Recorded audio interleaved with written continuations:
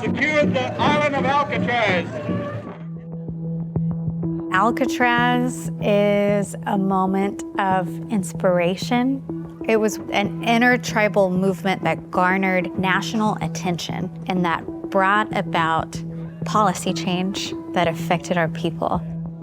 It's the gold standard of activism. I think it's about time this government starts recognizing that we young people like to take over our own destiny. What was special about Alcatraz and also Standing Rock and Wounded Knee was that they were moments where the rest of the world actually was forced to look, that other people had to pay attention to our story.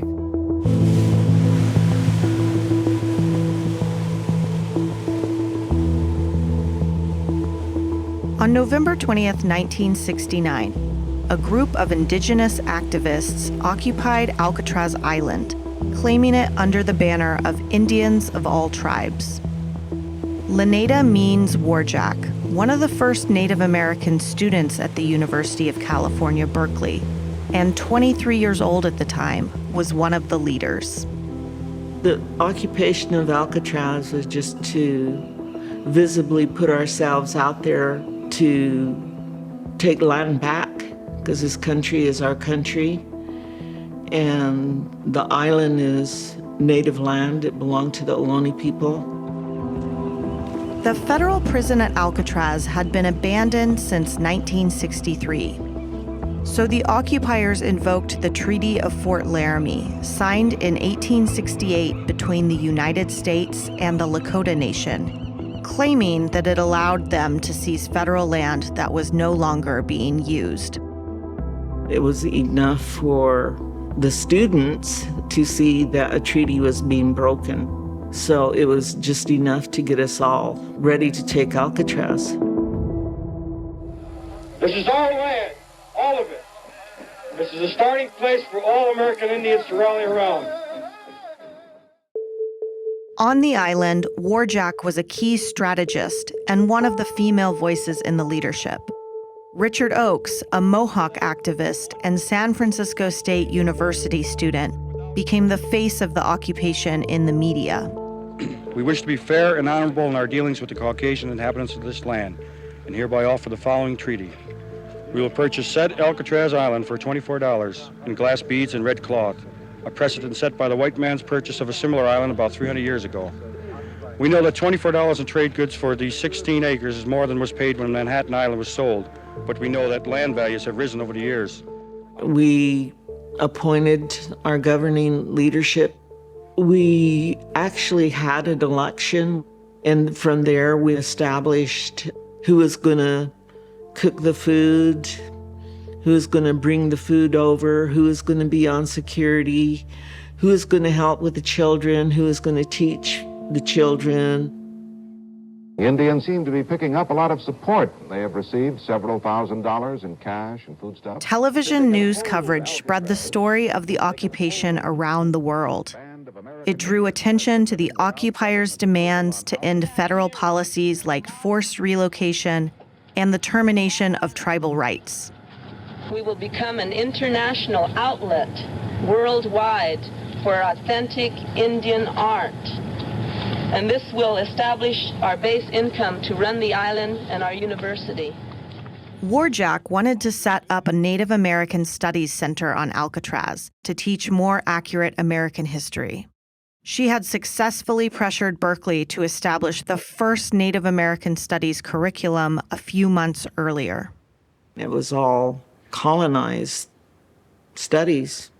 They don't want to be confronted with the fact that this country was based on genocide of our people. So we wanted to initiate programs to talk about our truths and our histories. Plans for the future were being laid. But then, in January 1970, Tragedy has come to Richard Oakes, the leader of a group of Indians now squatting on the abandoned prison grounds of Alcatraz. His 12-year-old daughter Yvonne died today of injuries suffered 5 days ago in a 3-story fall while playing among the prison buildings.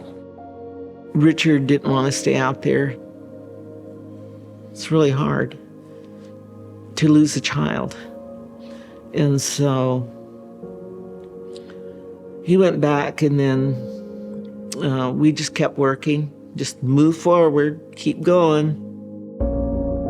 Soon, media coverage turned negative.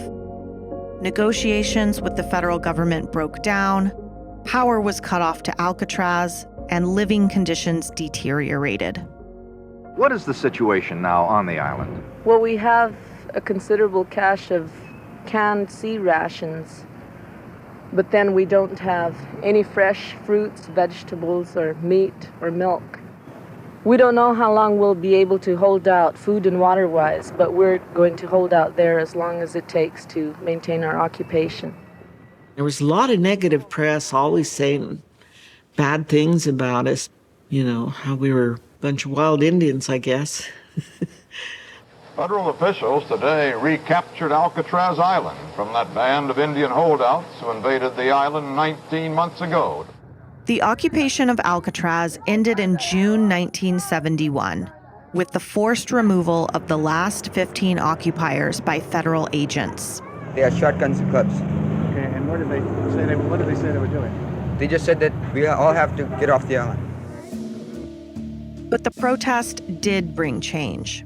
When we were on Alcatraz, surprisingly, President Nixon was very supportive of us. President Richard Nixon persuaded Congress to pass a series of bills that ushered in a new era of tribal sovereignty and self-determination for American Indians. I trust that this will mark one of those periods in American history where, after a very sad history of injustice, that we started on a new road to justice in the treatment of those who were the first Americans. It's hard to overstate how important the Alcatraz occupation was, but it really was a starting point for the Native rights movement in the United States and beyond. It was kind of like the Montgomery bus boycott of Red Power and the Native rights movement. Following Alcatraz, Native activists organized further protests and land-based occupations.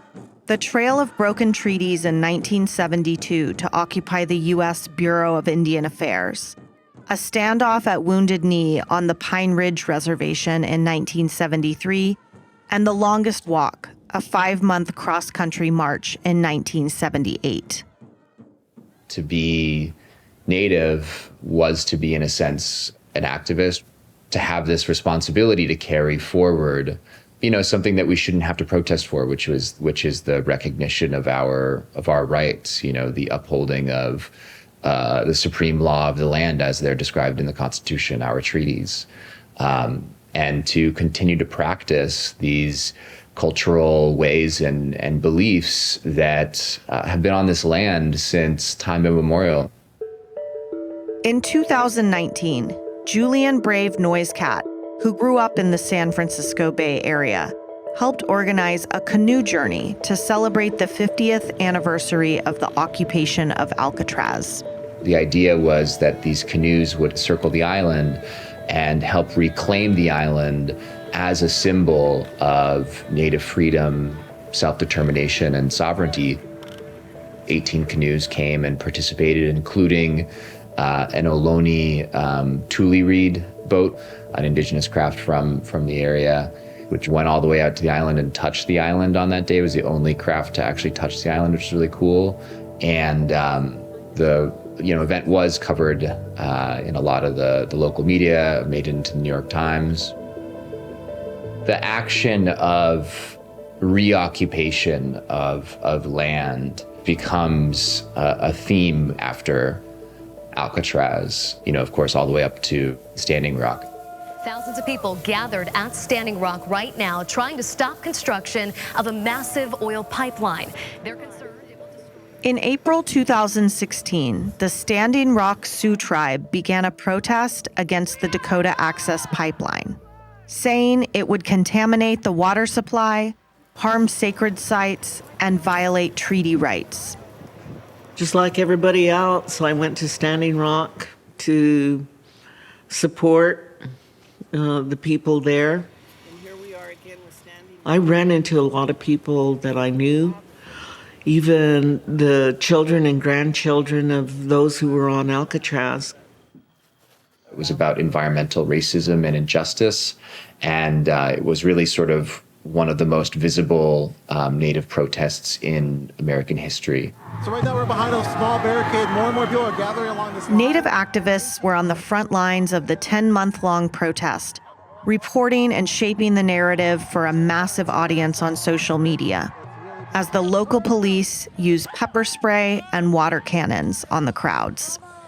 Images of Native activism are empowering. Whenever you think about how Natives have been portrayed, whether that's in a Western movie or in the history class, it's in a state of victimization and belittlement and loss. But when you can see yourself in a positive way and a power-building way, you're no longer a victim. In the end, the Trump administration allowed the pipeline's construction to go forward, but the Standing Rock movement had a resounding impact.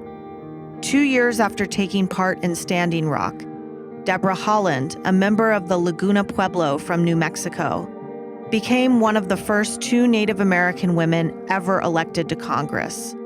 She would later become the Biden administration's Secretary of the Interior.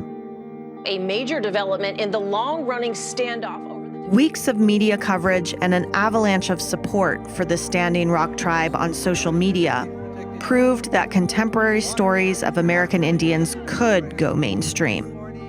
It's because of that instance, we started to see an uptick in an interest in Native storylines and Native characters. And Hollywood was paying attention. Are you Crazy Horse or sitting? No, I'm not one of those awesome guys. No, I'm more of your... Standing Rock activists were involved with the creation of the critically acclaimed television series Reservation Dogs, the first show to be completely written and directed by Indigenous creatives. I really feel like we're on the brink of a reckoning. Like, you can't tell stories about us without us. It's going to change the way that non-Native people see Native peoples, but more importantly, it's going to change the way that Native people see themselves. Representation is activism.